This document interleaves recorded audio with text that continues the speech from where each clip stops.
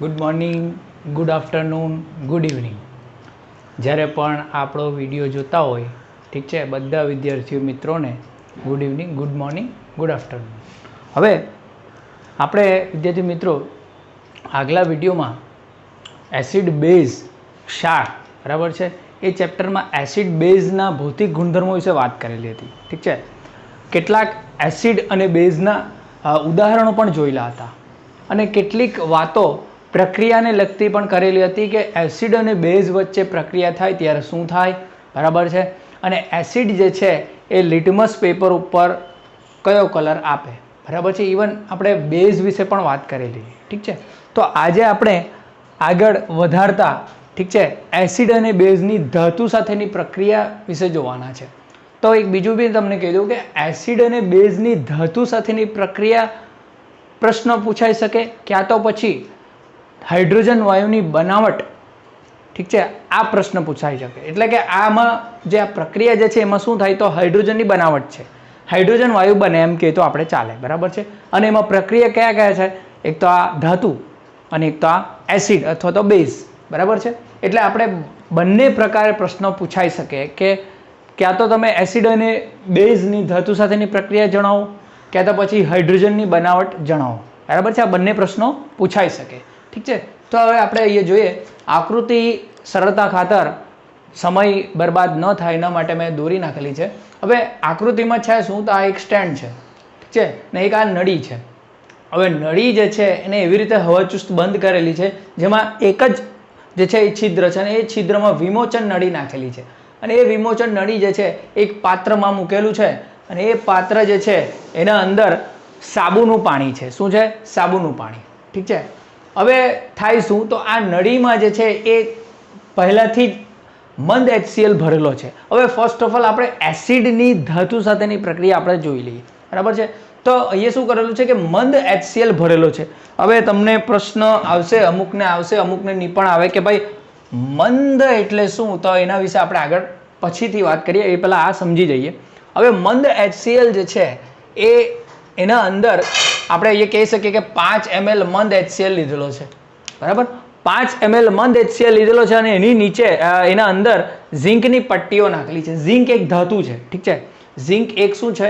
ધાતુ છે, ઠીક છે. કેટલાકે જોયેલી હશે, કેટલાકે નહીં જોયેલી. ધાતુ એટલે ધાતુ જેવી જ હોય. ઓકે. હવે શું થાય કે જેવી તમે ઝીંકની ધાતુ નાખશો ને અને મંદ HCl જે છે એમાં તમે નાખશો એટલે થોડી વારમાં આ બંને વચ્ચે શું થવાની? પ્રક્રિયા થવાની. શું થવાની? પ્રક્રિયા થવાની. અને પ્રક્રિયા થઈને શું થવાનું? આ H2 વાયુ જે છે, હાઇડ્રોજન વાયુ, એ જે છે એ એના પરપોટા તમને દેખાશે. અહીંયા જે તમને દેખાય છે ને એ H2 વાયુના શું છે? પરપોટા છે, ઠીક છે. હવે તમને ખબર છે કે વાયુ જે છે એક અવસ્થા એવી છે કે એના કણો જે છે એ ફેલાય. એના કણો શું થાય? ફેલાય. ઘન જે છે તમે એક જગ્યાએ મૂકો તો એક જ જગ્યાએ રહેશે, બરાબર છે. પ્રવાહી જે છે એ ફ્લો કરશે એટલે કે વહેશે. પરંતુ વાયુ જે છે આખા, હવે માનો કે તમે કોઈ વાયુ છોડી દો આખા રૂમમાં, તો આખા રૂમમાં જરા વારમાં બધે ફેલાઈ જાય. તો વાયુ શું થવાનું કે આમાંથી નીકળીને આ શું થવાનું? બહાર નીકળવાનું, બરાબર છે. અને આપણે કહી શકીએ કે હાઇડ્રોજન વાયુ જે છે એ પાણીમાં અદ્રાવ્ય છે, બરાબર. તો એ શું થાય? પાણી તો નથી પરંતુ HClમાં પણ એ જ પ્રકારનું છે અને એ સીધો શું થવાનું? નીકળવાનું. અને એ નીકળીને ક્યાં જવાનું? વિમોચન નળી દ્વારા સીધો. આમાં કશે પણ રસ્તો નથી, ઓનલી વિમોચન નળી જ જોડેલી છે. તો વિમોચન નળી દ્વારા સીધો વાયુ જે છે એ અહીંયાથી ક્યાં જવાનો? સીધો આવશે અને અહીંયા આવશે અને અહીંયા જે છે પરપોટા દેખાવાના. પરંતુ અહીંયા જે પરપોટા જે છે એ કેવા છે? આ સાબુનું પાણી છે. એટલે પરપોટા કેવા થઈ જવાના? સાબુના પાણીવાળા, બરાબર છે. હવે તમે કેમ સાબુના પાણીમાં ફૂંક મારો, બરાબર છે. પેલા નાના છોકરા ખાસ આવું કરતા હોય, પેલા આપણે મેળામાં મળતા હોય, ખબર? સાબુનું પાણી હોય, શેમ્પૂનું પાણી, ને બુડબુડા બનાવતા હોય, બરાબર છે. એવી રીતે એ શું થવાનું કે બબલ્સ બનવાના, બબલ્સ. અને પરપોટા બનીને બબલ્સ બનવાના. અને હવે એના અંદર જે વાયુ એ કયો હોય? હાઇડ્રોજન વાયુ. કેમ કે આપણે ફૂંક મારીએ તો કાર્બન ડાયોક્સાઇડથી બને પરપોટા, પરંતુ અહીંયા ફૂંક નથી લાગતી, પણ અહીંયા વાયુ જે છે એ નીકળતો છે અને એ કયો વાયુ છે? હાઇડ્રોજન વાયુ, બરાબર છે. હવે એ હાઇડ્રોજન વાયુના જે પરપોટા જે છે એની સામે તમે મીણબત્તી સળગાઈને લઈ જાઓ તો એ પરપોટા જોરથી ધડાકા સાથે ફૂટશે, બરાબર. ફૂટશે એટલે કે સળગે એમ. આપણે કહી શકીએ, આપણે કેમ કોઈ વાયુ હોય જે સળગતો હોય, બરાબર છે, જેમ કે આપણે સ્પ્રે, આપણે બોડી સ્પ્રે વાપરતા હોય, બરાબર છે, એમાં ઉપર લખેલો હોય આમ આ રીતે આગ જેવી પાડેલી હોય, બોટલ પર જોશો તમે, અને લખેલું હોય હાઈલી ફ્લેમેબલ, ઇંગ્લિશમાં લખેલું હોય, બરાબર. તો એનો અર્થ શું થાય કે એ વાયુ અંદર જે નાખેલો છે એ શું થાય, સળગે, એ દહનશીલ વાયુ છે. ઠીક છે. અગર જો તમે એ સિલિન્ડર કાણું પાડી દો તો ગેસ નીકળશે, બરાબર, અંદરથી ગેસ નીકળવાનો, અને ત્યાં જો માચીસ પાડો તો એ ગેસ સળગી ઉઠે. તો એવી રીતે આ પણ વાયુ જે છે એ કેવો છે, દહનશીલ છે. આ શું બતાવે, મીણબત્તી દ્વારા જ્યારે આ પરપોટાની બાજુમાં લઈ જવામાં આવે ત્યારે ધડાકા સાથે સળગે, એટલે શું બતાવે કે વાયુ જે છે શું છે, દહનશીલ વાયુ છે, બરાબર. દહન પોષક અને દહનશીલ. દહન પોષક વાયુ એટલે કે જે સળગવાની ક્રિયામાં મદદ કરે, એટલે કે ઓક્સિજન વાયુ, અને દહનશીલ વાયુ એટલે જે પોતે સળગે, બરાબર. તો આ પોતે સળગે એટલે આ શું કહેવાય, દહનશીલ વાયુ કહેવાય. ક્લિયર થયું, સમજ પડી? હવે આના જે આપણે જે સમજી ગયા એના પોઈન્ટ્સ આપણે લખી દઈએ, બરાબર છે. હવે આ પ્રશ્ન જે છે તમને પૂછાય ને તો તમારે ફર્સ્ટ ઓફ ઓલ આ પેલા આકૃતિ દોરવાની આવે, બરાબર, અને આકૃતિ દોરીને એની ગોઠવણી કેવી રીતે કરી, બરાબર છે, એ થોડુંક લખી દેવાનું, બરાબર છે. અને કે સાધનોની ગોઠવણી કરી દીધી છે, પછી આમાં 5 ml જે છે H2SO4 લઈ લીધું છે, એમાં ઝીંકની પટ્ટી નાખી છે. થોડા સમયમાં બંને વચ્ચે પ્રક્રિયા થઈને હાઇડ્રોજન વાયુ જે છે એ વિમોચન નળી દ્વારા બીજા પાત્રમાં જશે, અને એ પાત્ર દ્વારા સાબુનું પાણી હોવાથી પરપોટા બનશે, અને એ પરપોટા પર જ્યારે મીણબત્તી લઈ જવામાં આવે ત્યારે શું થાય, એ ધડાકા સાથે સળગે, બરાબર. આવી પદ્ધતિ થોડી લખવાની, બરાબર છે. તો એ આપણે પોઈન્ટ લખીએ છીએ. પહેલો પોઈન્ટ શું, તો પહેલો પોઈન્ટ એ કે અહીં ઝિંક ધાતુ હાઇડ્રોજન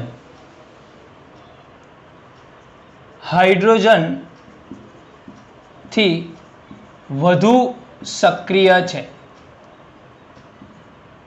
હવે આ વસ્તુ કેમ લખી મેં તમને પછી સમજાવું, બરાબર છે. વધુ સક્રિય છે એ કેમ મેં તમને લખી છે એ તમને મેં પછી સમજાવું. ઠીક છે. તો પહેલા આપણે પ્રક્રિયા લખી લઈએ, બરાબર છે. પહેલા આપણે શું કરીએ, પ્રક્રિયા લખી દઈએ. તો પ્રક્રિયા જે છે એ શું છે, તો પ્રક્રિયા જે છે એમાં આપણે શું કર્યું, તો ધાતુ વત્તા એસિડ, અને ધાતુ વત્તા આપણે એસિડ કરીએ ત્યારે શું બને,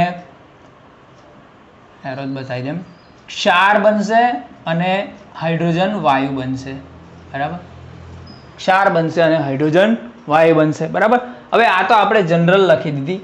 આના ઉપરથી ખબર પડે કે ભાઈ પ્રક્રિયા વચ્ચે જ્યારે પ્રક્રિયા થશે ત્યારે શું બનશે, પ્રક્રિયકો વચ્ચે, બરાબર. તો ધાતુમાં આપણે કઈ લીધી, ઉદાહરણ લખી દઈએ, ઝિંક ધાતુ, બરાબર. ઝિંક ધાતુ એટલે S. આગળ તમને સમજાવેલું છે કે ઘન હોય તો S લખાય, ધાતુ કેવી છે, ઘન છે એટલે વત્તા એસિડ. એસિડ અહીંયા આપણે કયું લીધું, HCl, તો HCl, બરાબર છે. અહીંયા આપણે શું લખશું, એક્વા. શું લખશું, AQ, એક્વા, બરાબર છે.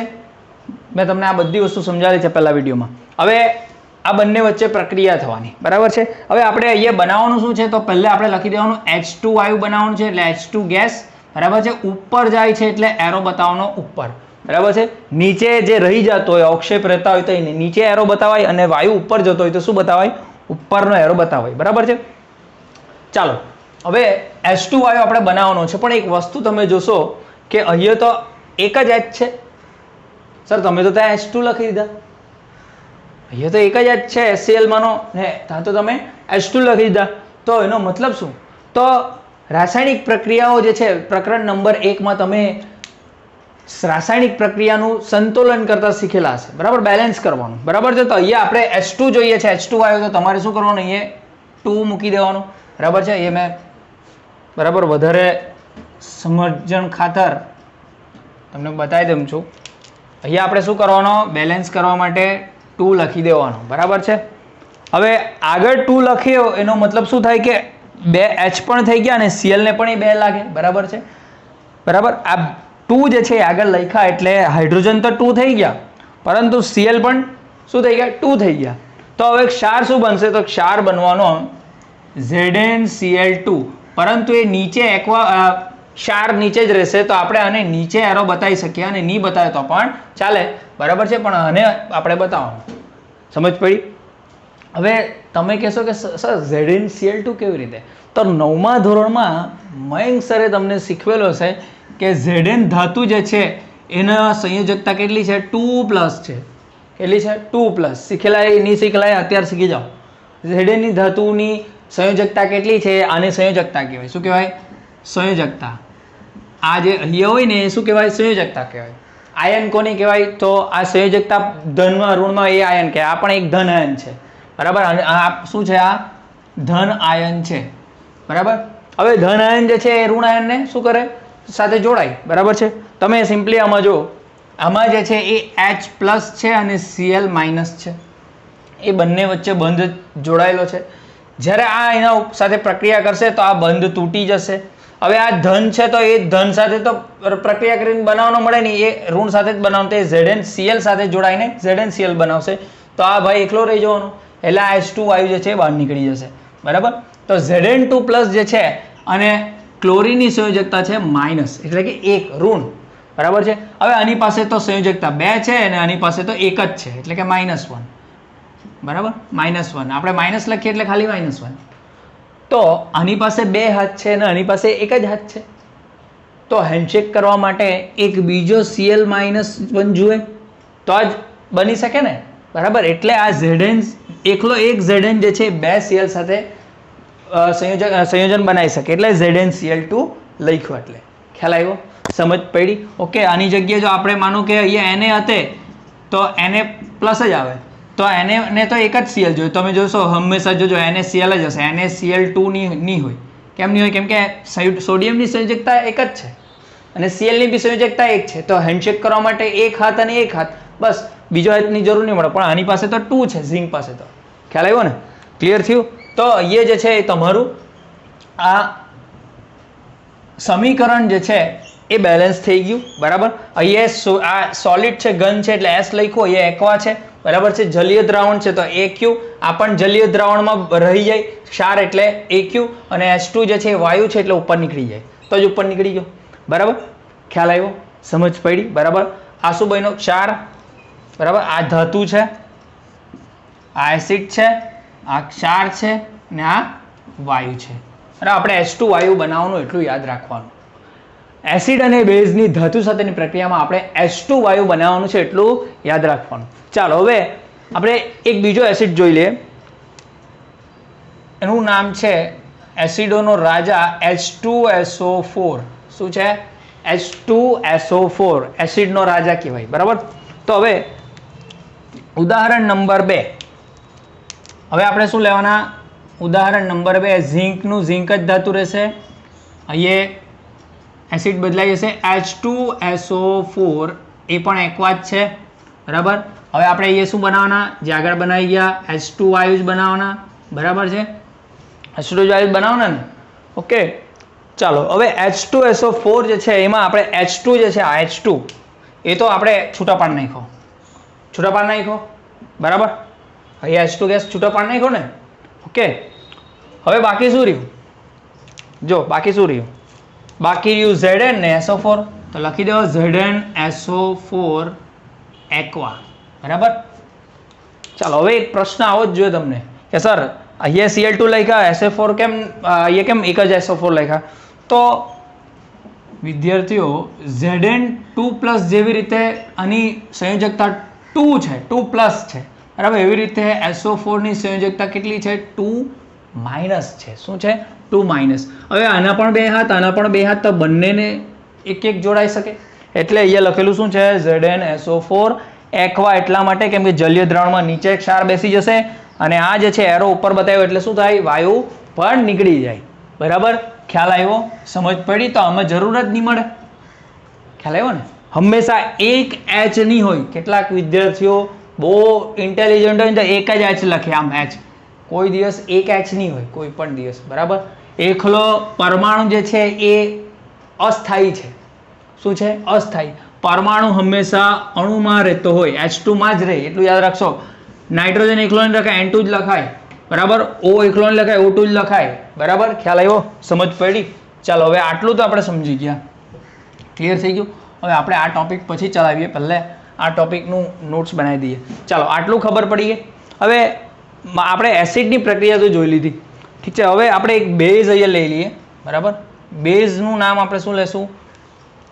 બુકમાં છે જ તમારા NaOH. શું લેવાના? NaOH એટલે કે બેઝ લઈ લીધો. હવે બેઝ સાથે પ્રક્રિયા કરશે ને તો પણ હાઇડ્રોજન વાયુ આપવાનો જ છે, બરાબર. તો એ આપણે બતાવી દઈએ. ધાતુ બરાબર વત્તા બેઝ પ્રક્રિયા કરીને શું આપશે?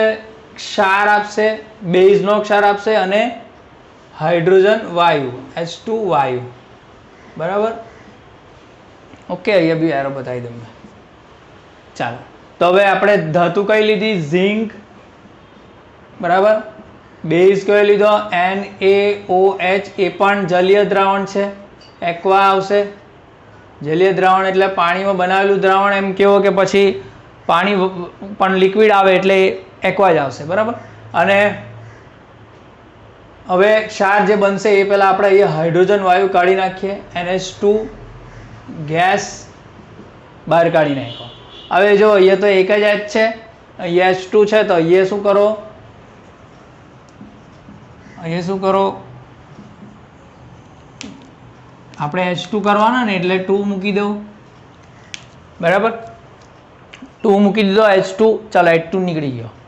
હવે બાકી શું રહ્યું? તો અહીંયા જે છે અહીંયા એક ZnS ધન N બાકી રહ્યો, બરાબર. અને અહીંયા શું બાકી રહ્યું? તો અહીંયા તમે જોશો તો Na2 બાકી રહ્યો. એ પણ શું છે? ધન N છે. એક Na પ્લસ કહેવાય, બરાબર. તો બે શું કહેવાય? Na2 પ્લસ કહેવાય ને, એટલે અહીંયા 2 પ્લસ લખેલા છે, બરાબર. Na2 છે એટલે આ બંનેને લાગશે, બધાને લાગશે. ને આ શું છે? તો આ O2 છે, આ 2 માઇનસ છે, સોરી O2 બાકી રહ્યો, બરાબર. આની જરૂર નહીં મળે, અત્યારે રહેવા દો. Na2 બાકી રહી ગયા, O2 બાકી રહી ગયો, H2 નીકળી ગયો. આપણે H2 વાયુ બનાવવાનો છે, બરાબર. તો બાકી એ રહી ગયા Na2, O2 ને અહીંયા Zn2 બાકી રહી ગયા. તો હવે આનો ક્ષાર આપણે કેવી રીતે લખશું? Na2 બરાબર Zn2 O2. ઠીક છે, સોરી.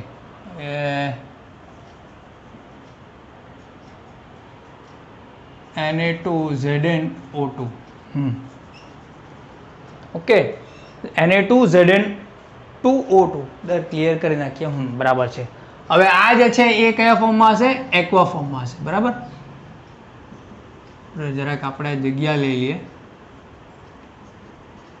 પ્લસ H2 ગેસ વાયુ, બરાબર.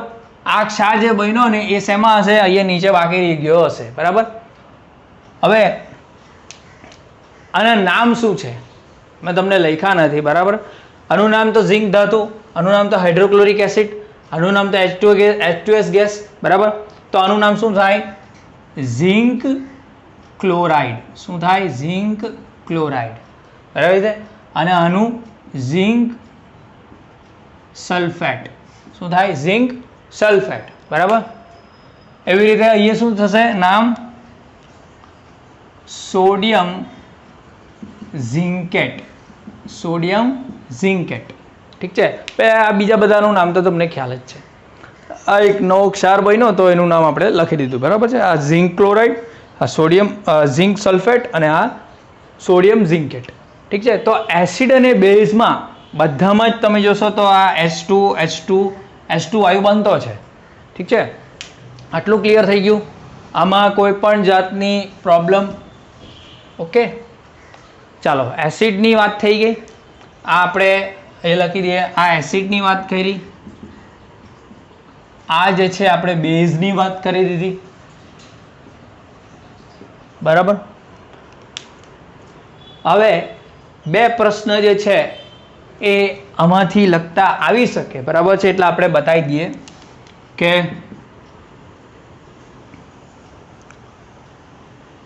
અહીં અગર જો મંદ HNO3 લેવામાં આવે તો હાઇડ્રોજન વાયુ ઉત્પન્ન થશે. એક પ્રશ્ન એ આવે કે HNO3 નાઇટ્રિક એસિડ કહેવાય. એને શું કહેવાય? આને નાઇટ્રિક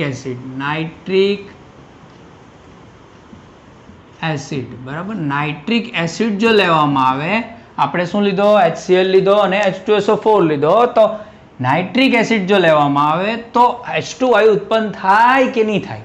ઠીક છે. તો અગર જો તમે નાઇટ્રિક એસિડ લેવો, બરાબર છે, જવાબ એ લખી દઉં. અગર જો અહીં મંદ HNO3 લઈશું તો H2 વાયુ ઉત્પન્ન થશે નહીં. હવે તમે કહેશો કે સર આવું કેમ નહીં? એ પણ એસિડ જ છે, એ પણ એસિડ જ છે ને, આ પણ એસિડ ને એ પણ એસિડ, બરાબર છે. પરંતુ HNO3 એસિડ એ લખી દઉં મંદ, પણ મંદ HNO3 એસિડ જે છે એ પ્રબળ ઓક્સિડેશન કરતા છે. હવે ઓક્સિડેશન કરતા એટલે શું? ઓક્સિડેશન કરતા એટલે એવું રસાયણ જે પોતાનો ઓક્સિજન બીજામાં ઉમેરી દે, બરાબર છે, પોતાનો ઓક્સિજન બીજામાં ઉમેરી દે. હવે તમે માનો કે અગર જો એ પ્રબળ ઓક્સિડેશન કરતા હોય, બરાબર છે, પ્રબળ ઓક્સિડેશન કરતા એટલે અમે લખી દઉં ઓક્સિજન ઉમેરે, બરાબર છે, ઓક્સિજન ઉમેરી દે. તો તમે એક વસ્તુ માનો કે H2 વાયુ ચાલો છૂટો બી પડે, H2 વાયુ જે છે એ છૂટો બી પડે, પણ એમાં ઓક્સિજન ઉમેરે તો શું બની જાય? શું બની જવાનું? H2O બની જવાનું, એટલે કે પાણી બની જવાનું, બરાબર છે. એટલે કોઈ મતલબ જ નહીં મળે, બરાબર. એટલે કે H2 વાયુ છૂટો તો પડે, પરંતુ આ ઓક્સિજન આપી દે, અને ઓક્સિજન આપી દે તો આ H2 લઈ લે ઓક્સિજન, અને શું બની જાય? પાણી બની જાય. ખ્યાલ આવ્યો? બરાબર, ખ્યાલ આવ્યો? સમજ પડી? એટલે એ લખી દઉં. આથી અહીં H2 વાયુ ઓક્સિજન સાથે પ્રક્રિયા કરીને શું બનાવે? પાણી બનાવી દે. શું બનાવે? પાણી બનાવે છે. Okay, clear? સમજ પડી? એના કારણે જે છે H2 વાયુ મુક્ત જ નહીં થાય. એનો મતલબ કે HNO3 જે છે એ ઉપયોગમાં લઈ શકાય નહીં, બરાબર છે. ક્લિયર થયું? ચાલો, એ તો પ્રશ્ન થઈ ગયો. ચાલો, હવે બીજો પ્રશ્ન શું થવાનો? તો મેં અહીંયા પહેલો પોઈન્ટ લખ્યો, જો તમે, ઝિંક ધાતુ હાઇડ્રોજનથી વધુ સક્રિય છે, બરાબર છે. તો એ પૂછવામાં આવે કે કઈ ધાતુ એસિડ અને બેઝ સાથે પ્રક્રિયા કરીને હાઇડ્રોજન વાયુ મુક્ત કરશે? કઈ ધાતુ? તમે એનો જવાબ અહીં લખેલો છે, જે ધાતુ હાઇડ્રોજનથી વધુ સક્રિય હોય, બરાબર છે. જવાબમાં શું આવશે? જે ધાતુઓ હાઇડ્રોજન એટલે કે H2 થી વધુ સક્રિય હોય તેવી બધી જ ધાતુ એસિડ અને બેઝ સાથે પ્રક્રિયા કરીને H2 વાયુ મુક્ત કરશે, બરાબર. જો હવે આ પ્રશ્ન જે છે ને એ બીજી રીતે બી પૂછાઈ જાય, કંઈ જરૂર નહીં મળે, બરાબર છે, બીજી રીતે પણ પૂછાઈ જાય. તો ઉદાહરણ કે આવશે સક્રિય ધાતુઓના, બરાબર છે. આપણે બહુ ઘણું બધું લખીને આવ્યું, જગ્યા જ નહીં મળે. ચાલો કંઈ નહીં, અહીં લખી દઉં છું, અહીંયાથી જરાક જોઈ લેજો, બરાબર. આટલા બોક્સ બનાવી દઉં.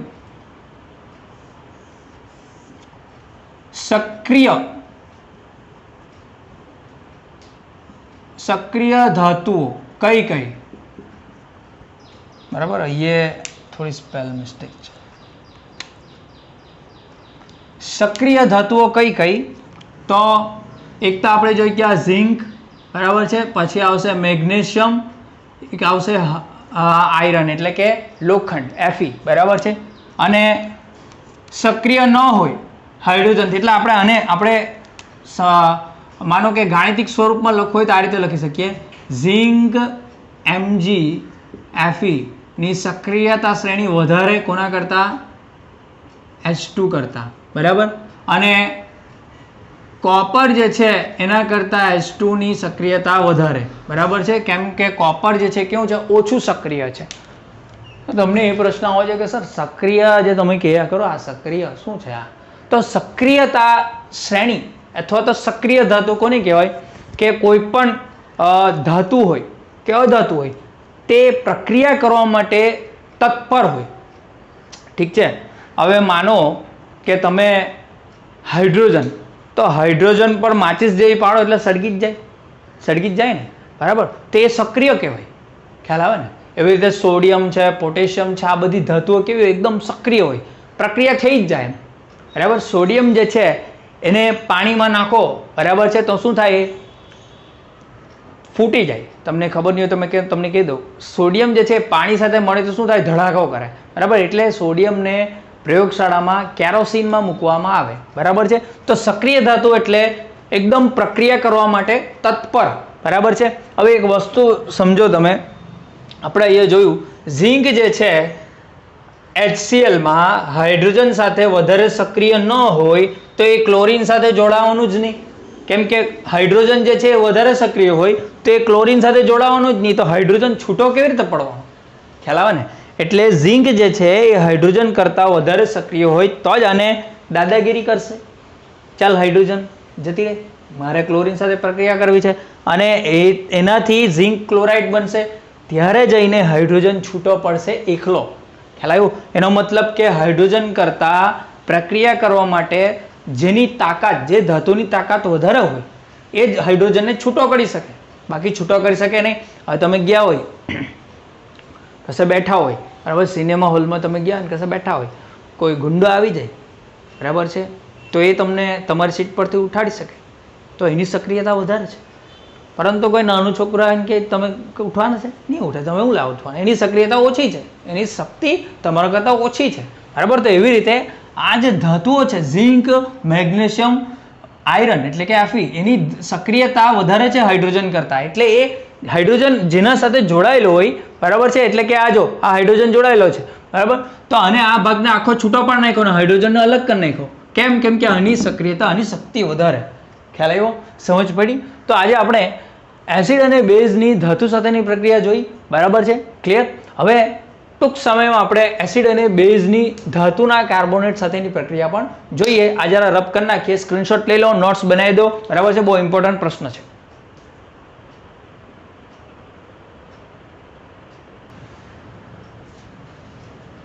ચાલો વિદ્યાર્થી મિત્રો, હવે આપણે એસિડની ધાતુના કાર્બોનેટ અને ધાતુના હાઇડ્રોજન કાર્બોનેટ, સોરી એ મેં લખવાનું ભૂલી ગયો, ધાતુના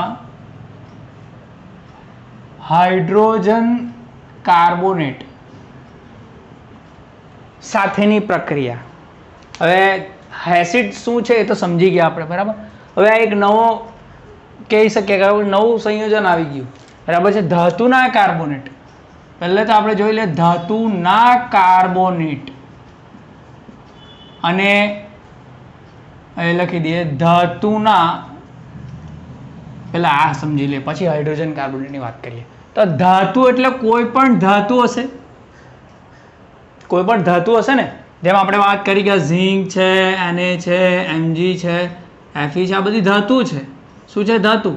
ઝીંક ધાતુ, સોડિયમ ધાતુ, મેગ્નેશિયમ ધાતુ, આયરન ધાતુ, બરાબર છે. તો એના કાર્બોનેટ, કાર્બોનેટ એટલે વિદ્યાર્થી મિત્રો, કાર્બોનેટ એટલે CO3 ટ્વાઇસ ને શું કહેવાય? કાર્બોનેટ, અથવા તો CO3 ને કાર્બોનેટ કહેવાય. સિમ્પલ સમજો, CO3 ને શું કહેવાય? કાર્બોનેટ આયન કહેવાય. શું કહેવાય? કાર્બોનેટ આયન કહેવાય. આ એનાયન આવે, બરાબર છે, એનાયન એટલે કે ઋણ આયન, બરાબર છે. તો આ કાર્બોનેટ જો હોય ને તો એ કાર્બોનેટ લાગીને ધાતુ કોઈ પણ હોય તો ધાતુના કાર્બોનેટ. ખ્યાલ આવ્યો? સમજ પડી? બરાબર છે. તો અહીંયા ધાતુના કયા કાર્બોનેટ છે? તો અહીંયા આપણે ઉપયોગ કરવાનો છે સોડિયમ ધાતુનો કાર્બોનેટ, બરાબર છે, એટલે કે Na2CO3, બરાબર છે, Na2CO3, બરાબર છે, Na2CO3. હવે તમે કહેશો સર આ Na2 કેમ આવ્યા, એક કેમ નહીં આવ્યો? તમને આગળ લખ્યું CO3 2 હાથ છે ને આને તો એક જ હાથ છે, તો કેટલા એને જોઈએ? 2 જોઈએ હેન્ડશેક કરવા સારું, એટલે Na2CO3. ખ્યાલ આવ્યો? આને શું કહેવાય? Sodium carbonate. શું કહેવાય? આનું નામ શું છે? ધાતુ છે આ, એટલે આ સોડિયમ છે ને આ શું છે? કાર્બોનેટ. શું છે? Sodium carbonate. બરાબર છે? ખ્યાલ આવ્યો? આનું નામ કેવી રીતે પડ્યું? Sodium carbonate. બરાબર છે? ચાલો એક બીજું જોઈ લઈએ, ધાતુના હાઇડ્રોજન કાર્બોનેટ. બરાબર, કાર્બોનેટ સમજી ગયા, ધાતુ સમજી ગયા, તો હાઇડ્રોજન કાર્બોનેટ શું છે? તો એક બીજું કંઈ નહીં મળે. હવે માનો તમે CO3 2- છે,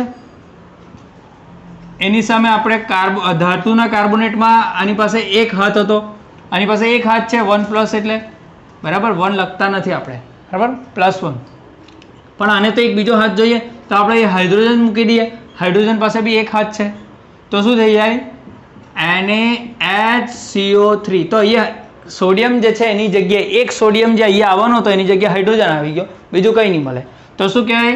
આનું નામ શું છે? સોડિયમ. આનું નામ શું છે? હાઇડ્રોજન.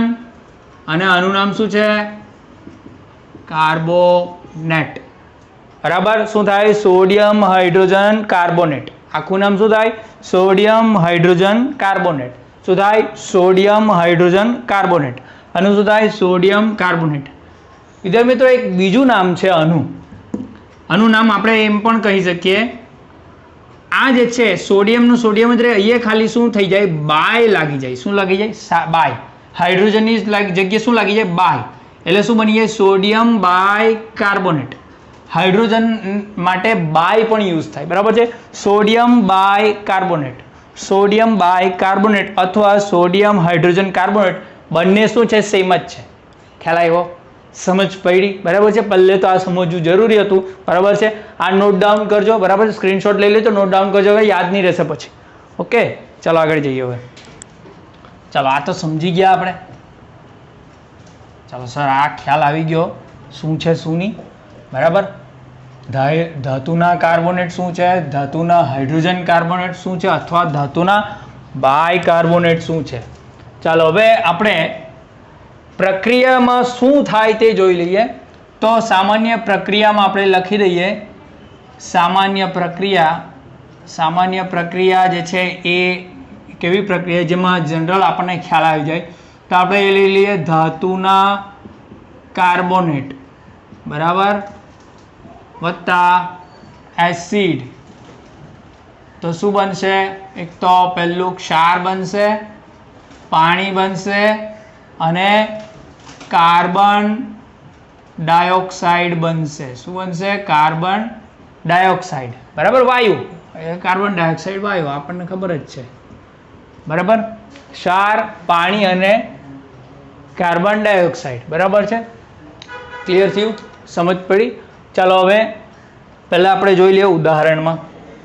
ધાતુનો કાર્બોનેટ લેવાના છે એટલે આપણે શું લેવાના? Na2CO3. બરાબર છે? શું લેવાના? Na2CO3. જરાક બરાબર છે? Na2CO3, પણ એ કયો હશે? ઘન હશે. ચાલો એ જુઓ. હવે એટલું સમજી ગયા. હવે આ કસનળી છે, આ પણ એક કસનળી. બરાબર છે? તો એક કસનળીમાં આપણે સોડિયમ કાર્બોનેટ નાખી દીધા, ઘન ટુકડા. બરાબર છે? અને એમાં મંદ HCl નાખી દીધો. હવે મંદ HCl નાખી દીધો. આ એક નળી છે. બરાબર, એને થીસલ ગણની કહેવાય. બરાબર છે? અને થીસલ ગણની જ છે કે જોઈ લેવા દે આપણને પછી પ્રોબ્લેમ. હા, થીસલ ગણની જ છે. ચાલો, અને હવે શું થાય કે બંને વચ્ચે પ્રક્રિયા થવાની. બરાબર, અને બંને વચ્ચે પ્રક્રિયા થઈને ક્ષાર અને પાણી જે છે એ બનશે.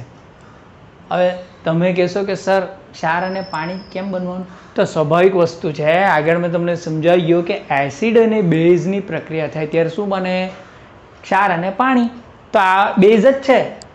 આ ધાતુનો કાર્બોનેટ શું છે? એક બેઝ છે. બરાબર, તો એસિડ અને પાણી બનશે, પરંતુ સાથે સાથે કાર્બન ડાયોક્સાઇડ બી બનશે. અને એ કાર્બન ડાયોક્સાઇડ વાયુ છે, તો ફેલાવાનો ગુણધર્મ ધરાવે, પ્રસરણ કરવાનો ગુણધર્મ ધરાવે. તો એ વાયુ જે છે આ વિમોચન નળી દ્વારા સીધો ક્યાં જવાનો? આ કસનળીમાં જવાનો. અને આ કસનળીમાં આપણી પાસે શું છે? કેલ્શિયમ હાઇડ્રોક્સાઇડ છે. શું છે? Calcium hydroxide. બરાબર. અને આ કેલ્શિયમ હાઇડ્રોક્સાઇડ જે છે એ શું કરશે? તો આ કાર્બન ડાયોક્સાઇડ જે આવ્યો ને એની સાથે પ્રક્રિયા કરશે. અને કાર્બન ડાયોક્સાઇડ સાથે જ્યારે આ કાર્બન હાઇડ્રોક્સાઇડ કેલ્શિયમ હાઇડ્રોક્સાઇડ જ્યારે પ્રક્રિયા કરશે ત્યારે આનું દ્રાવણ જે છે કેવું થઈ જાય? દૂધિયું બની જાય. દૂધિયું. બરાબર. દૂધ જેવું હોય ને, દૂધ એવું દૂધિયું બની જશે. બરાબર. તો આપણને ખબર પડી જાય કે હા, કાર્બન ડાયોક્સાઇડ એ આવી ગયો. કેમ કે તમે કેલ્શિયમ હાઇડ્રોક્સાઇડમાં ફૂંક પણ મારશો ને તો એ દૂધિયું બની જાય. કેમ કે આપણી ફૂંકમાં શું હોય? કાર્બન ડાયોક્સાઇડ હોય. બરાબર છે. તો જ્યારે આ કેલ્શિયમ હાઇડ્રોક્સાઇડ દૂધિયું બનવાનું સ્ટાર્ટ થઈ જાય ત્યારે તમારે સમજી જવાનું કે આ બંને વચ્ચે પ્રક્રિયા થઈને કાર્બન ડાયોક્સાઇડ અહીંયા સુધી આવી ગયો. ખ્યાલ આવ્યો? સમજ પડી? પરંતુ આગળ આપણે વધારે પ્રક્રિયા કરશું તો શું બનશે આગળ આપણે જોઈએ. ચાલો પહેલે આપણે જોઈ લઈએ કે આપણે પહેલે સોડિયમ કાર્બોનેટ લઈ લીધો. આ બરાબર છે. શેમાં લીધો? એ ઘન છે તો આપણે એસ અહીંયા લખશું. ઘન સ્વરૂપ છે. એસિડ જે છે એ કયો છે? આપણે માની લઈએ મંદ HCl. બરાબર. મંદ HCl. બરાબર. એ કયો છે? જલીય દ્રાવણ એક્વા. બંને વચ્ચે પ્રક્રિયા થવાની. પાણી અને કાર્બન ડાયોક્સાઇડ વાયુનું અણુસૂત્ર ખબર છે તો પહેલે લખી દેવાનું. CO2 ગેસ ઉપર જશે. બરાબર. H2O. બરાબર છે. લિક્વિડ. બરાબર. ગેસ જે છે એનો G આવશે. બરાબર. નાનો દેખાયો એટલે ઓકે. ચાલો CO2 ને H2O જે છે એ બનાવી દીધા આપણે. તો આમાંથી આપણે CO2 ને CO2 ને H2O કાઢી નાખીએ તો બાકી બચે શું એ જોઈ લઈએ ને. બરાબર ને. ચાલો જો આમાંથી આપણે CO2 કાઢી નાખ્યું તો CO2 કાઢી નાખ્યું. બરાબર. તો એક ઓક્સિજન બચ્યો. બરાબર. એક ઓક્સિજન બચ્યો અને અહીંયા NO2 બચ્યા. બરાબર. CO2 કાઢી નાખ્યું. કાર્બન ડાયોક્સાઇડ કાઢી નાખ્યું. જોઈને ખબર પડી જાય. આમાં શું નીકળ્યું? તો આમાં એક H છે. બરાબર. અને આ એક O છે. પરંતુ આપણને તો H2O જોઈએ. H2O જોઈએ ને આપણને. તો હવે શું કરવાના? એ Cl જે છે એ તો હવે ઠીક છે પરંતુ આપણે તો H2O બનાવવાનું ને. એ તો એક જ O છે ને. એ તો એક જ H છે. તો અહીંયા આપણે શું કરવું પડે? શું કરશું?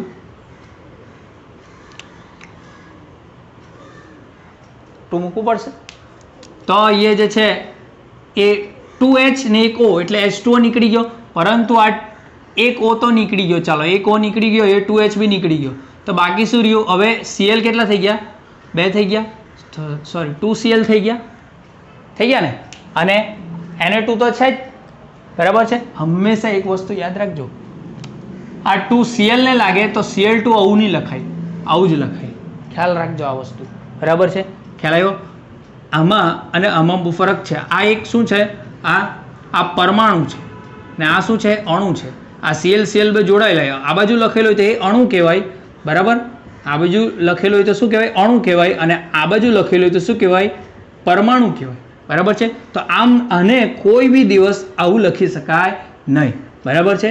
ખ્યાલ આવ્યો? ચાલો હવે આપણી પાસે Na2 છે ને Cl છે તો આપણે લખી શકીએ 2NaCl. બરાબર. એક Na છે એક Cl છે તો જોડાઈ ગયા 2NaCl. બરાબર. ખ્યાલ આવ્યો? સમજ પડી? આવી રીતે રિએક્શન સમીકરણ જ્યારે તમે બેલેન્સ કરવાનો હોય તો આ રીતે કરી શકો. આપણે જે બનાવવાનું છે યાદ રાખવાનું. પાણી અને કાર્બન ડાયોક્સાઇડ. તો આને શું કહેવાય? તો આને શું કહેવાય? આને કહેવાય સોડિયમ ક્લોરાઇડ. શું કહેવાય? Sodium chloride. બરાબર. ખ્યાલ આવ્યો? સમજ પડી? ઓકે. આ ક્ષાર બની ગયો. સોડિયમ ક્લોરાઇડ એટલે મીઠું. બરાબર. સોડિયમ ક્લોરાઇડ એટલે મીઠું. બરાબર છે. પાણી પણ બની ગયું. કાર્બન ડાયોક્સાઇડ પણ બની ગયો. પાણી જે છે અને ક્ષાર એ રહી ગયો. કાર્બન ડાયોક્સાઇડ વિમોચન નળીમાંથી હવે જતો છે અહીંયા સુધી. બરાબર. ખ્યાલ આવ્યો?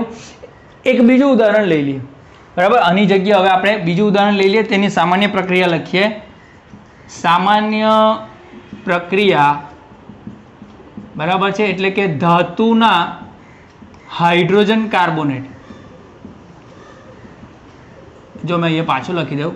અથવા ધાતુના બાયકાર્બોનેટ. બરાબર. એટલે બંને વસ્તુ તમને યાદ રહી.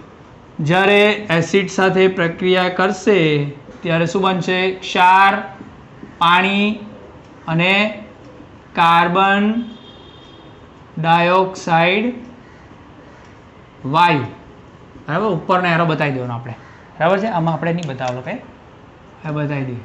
ચાલો, આ પણ બેઝ છે. બેઝ અને એસિડની પ્રક્રિયા થાય ત્યારે ક્ષાર અને પાણી તો બનવાનું જ છે, બરાબર. પરંતુ આમાં કાર્બન ડાયોક્સાઇડ પણ બને. તો આની જગ્યાએ હવે સોડિયમ કાર્બોનેટની જગ્યાએ હવે શું લઈ લો, શું લઈ લો, શું લઈ લો હવે બાયકાર્બોનેટ લખી દો, NaHCO3, બરાબર. NaHCO3. ચાલો, સેમ પ્રક્રિયા થવાની, સેમ પ્રક્રિયા થવાની, બસ અહીંયા તમારું થોડું ફેર આવશે. એક્ઝામ્પલ લઈ લઈએ, ઉદાહરણ NaHCO3 સોલિડ ફોર્મ એટલે કે ઘન સ્વરૂપ, બરાબર. પ્લસ હવે HCl, પહેલેથી 2 નહીં લખવાનો, પહેલે તમે જોવાનું જરૂર છે કે નહીં, પછી આ શું છે, જલીય દ્રાવણ. ચાલો, હવે ક્ષાર કયો બનશે એ પછી જોઈએ. પહેલાં આપણે H2O બનાવી દઈએ, બરાબર છે, પ્રવાહી સ્વરૂપ, અને CO2 વાયુ સ્વરૂપ જે ઉપર નીકળી જાય, બરાબર. અને બીજી નળીમાં આમાં જતી રહી, અહીંયાથી આમાં જતી રહી એટલે ઉપર બતાવીએ. ચાલો, હવે બનવાનું શું તો આમાં જોઈ લો. H2O સેમ આપણે શું કરવાનું, આમાંથી CO2 કાઢી નાખ્યો, બરાબર. તો આમાં બાકી શું રહેવાનું, Na એક H બાકી રહેવાનું, બરાબર છે. એક H બાકી રહેવાનું, CO2 નીકળી ગયું એટલે એક O બાકી રહેવાનું. અહીંયાથી CO3 છે ને તો CO2 કાઢી નાખ્યો, વાયુ કાઢી નાખ્યો, બરાબર. અહીંયા HCl છે. તો હવે આ બંને H2O બનાવવાના, 2 H અને 1 O, H2O એટલે આને પણ કાઢી નાખીએ. ચાલો, એને પણ કાઢી નાખ્યો. તો બાકી શું રહ્યું, NaCl. ચાલો, બહુ ઇઝી થઈ ગયો હતો, NaCl, બરાબર છે. એક્વા અહીં લખી દે, એ લખેલું જ નહીં, બરાબર. આપણે શું આ એક્વા ફોર્મમાં, બરાબર. ખ્યાલ આવ્યો, સમજ પડી. NaCl ક્ષાર બાકી રહી ગયો, આમાં જે છે આપણે સમીકરણ સંતુલન કરવાની જરૂર પડી, આમાં જરૂર જ નહીં પડી, બરાબર. આમાં આપણને જરૂર જ નહીં પડી, બરાબર છે. તો એ લખી દો, આ શું છે, આ પણ સોડિયમ ક્લોરાઇડ જ છે, જલીય દ્રાવણમાં છે એટલે એક્વા લખી દીધું. પહેલામાં પાણી છે અને કાર્બન ડાયોક્સાઇડ બંને લખવાની જરૂર નથી. ચાલો, બંને વસ્તુનો ઉપયોગ કરીએ તો સેમ આપણે સરખું જ મળે, કોઈ ફેર નહીં આવે, બરાબર છે. સરખું જ આવે. આમાં જે બેલેન્સ કર્યું એના સાથે કોઈ લેવા દેવા નહીં મળે, મળે તો સરખું જ, બરાબર. ક્ષાર મળે, પાણી મળે અને કાર્બન ડાયોક્સાઇડ મળે. હવે એ કાર્બન ડાયોક્સાઇડ આવી ગયો અહીંયા, એટલે કે અહીંથી પ્રક્રિયા થઈને કાર્બન ડાયોક્સાઇડ અહીંયા આવી ગયો. હવે કાર્બન ડાયોક્સાઇડ શું કરવાનો, તો આપણે અહીંયા શું લઈ લીધું, તો સામાન્ય પ્રક્રિયા એ લખી દઈએ, સામાન્ય પ્રક્રિયા, બરાબર. આ જે છે એ મુખ્ય પ્રક્રિયા છે, તો આને આપણે મુખ્ય પ્રક્રિયા જે છે એનું બોક્સ આપણે બનાવી દઈએ, મુખ્ય પ્રક્રિયા, બરાબર. આ મુખ્ય પ્રક્રિયાનું બોક્સ છે, જેમાં આપણે બંને સોડિયમ કાર્બોનેટ અને સોડિયમ બાયકાર્બોનેટ અથવા તો હાઇડ્રોજન કાર્બોનેટ સાથે એસિડની પ્રક્રિયા કરીએ ત્યારે ક્ષાર, પાણી અને કાર્બન ડાયોક્સાઇડ વાયુ મળે, બરાબર છે. ચાલો, હવે સામાન્ય પ્રક્રિયા બીજી નળીમાં, સામાન્ય પ્રક્રિયા બીજી નળીમાં શું થાય, તો બીજી નળીમાં આપણે શું લીધેલું છે, આપણે લીધેલું છે કેલ્શિયમ હાઇડ્રોક્સાઇડ, આપણે લીધેલું છે કેલ્શિયમ હાઇડ્રોક્સાઇડ, અને ત્યાંથી શું આવે તો કાર્બન ડાયોક્સાઇડ આવતો છે, બરાબર. બહુ લાંબુ થઈ ગયું કે અહીંયા આપણે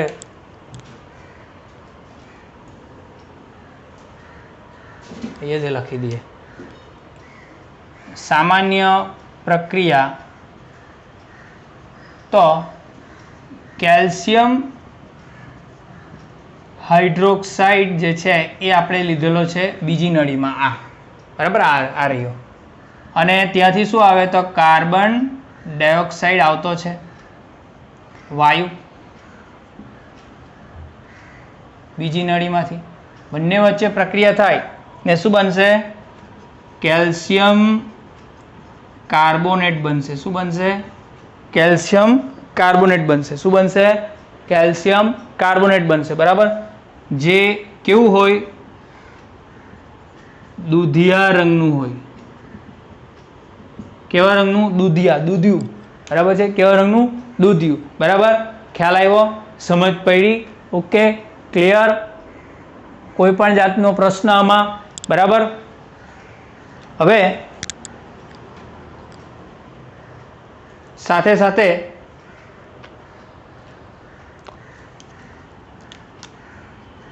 પાણી બનશે તે પણ લખી મૂકીએ આવીએ, જો કે જરૂર એટલું બધું મળે નહીં. પાણી બરાબર છે. તો આમાં પ્રક્રિયા શું બનશે? કેલ્શિયમ હાઇડ્રોક્સાઇડ બરાબર છે એ જલીય એટલે કે એક્વા ફોર્મમાં છે, જલીય અવસ્થામાં છે. કાર્બન ડાયોક્સાઇડ બરાબર છે ગેસ પ્રક્રિયા થવાની. કેલ્શિયમ કાર્બોનેટ, હવે કાર્બોનેટ તમને ખબર છે CaCO3 બરાબર છે.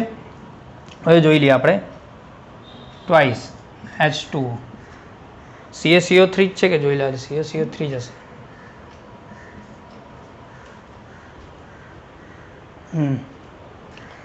તો આ જે છે એ ઘન સ્વરૂપમાં હશે અને આ પ્રવાહી સ્વરૂપમાં હશે બરાબર.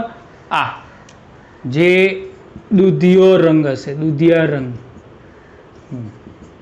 એના લીધે આ રંગ જે છે કેવો દેખાશે? દૂધિયો દેખાશે. કેવો દેખાશે? દૂધિયો. ઓકે. પરંતુ હવે દૂધિયો તો દેખાશે, પરંતુ હજુ પણ મેં પ્રક્રિયા કર્યા જ રાખું બરાબર છે, પ્રક્રિયા કર્યા જ રાખું તો CO2 જે છે એ આવ્યા જ કરવાનો અને CO2 આમાં ઉમેરાવાનો. હવે આ તો બની ગયું બરાબર છે, પરંતુ વધારે પડતો આ સમીકરણમાં CO2 ઉમેરાય તો શું થાય? તો બરાબર છે, તો એ લખી દઈએ આપણે, વધુ પડતા CO2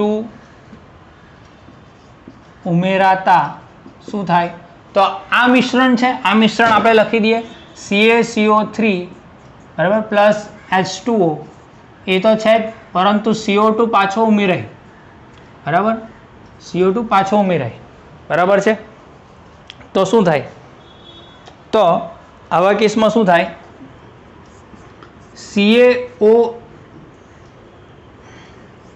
HCO3 ટ્વાઇસ આ બની જાય બરાબર છે. CaHCO3 twice. વધારે પડતો જો CO2 આમાં ઉમેરાય, આ મિશ્રણમાં ઉમેરાય બરાબર છે, તો શું બની જાય? CaHCO3 ટ્વાઇસ બરાબર છે. આ થોડું તમારે યાદ રાખવું પડે એવું છે બરાબર છે. સ્ક્રીનમાં દેખાતું છે કે બોર્ડ નીચું જ છે એટલે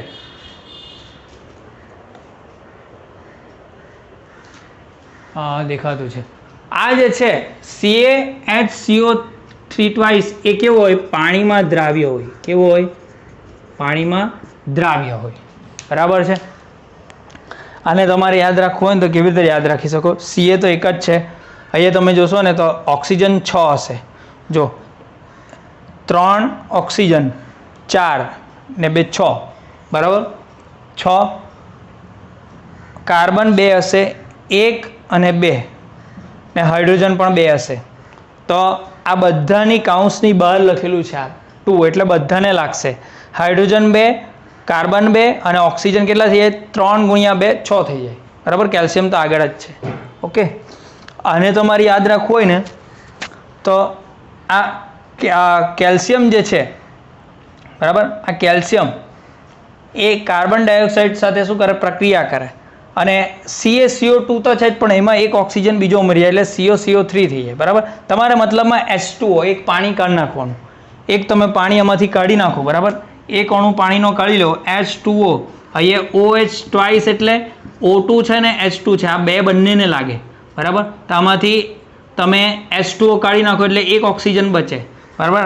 આમાંથી એક જ ઓક્સિજન બચે અને બાકી શું છે? Ca છે ને આ બાજુ CO2 છે. તો બધે જોડાઈ જાય તો શું જાય?